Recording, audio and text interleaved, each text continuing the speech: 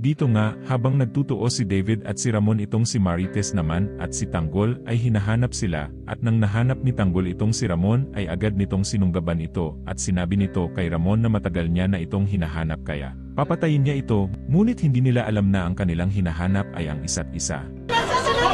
Saan na David? Tagal kitang hinahanap, hayop ka! Sama-sama na kayo lahat na may atraso sa akin!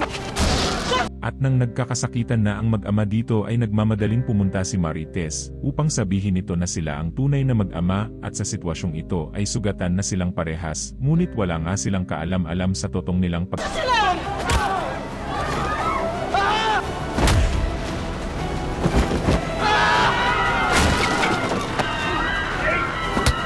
At dito nga ay dumating na si Marites at sinigaw nito sa dalawa na wag silang magpatayang dalawa, dahil siya ang tunay na tanggol at sila ang tunay na mag-ama.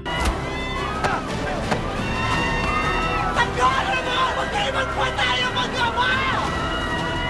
Ramon! Siya si Tanggol! Ang tunay mong anak!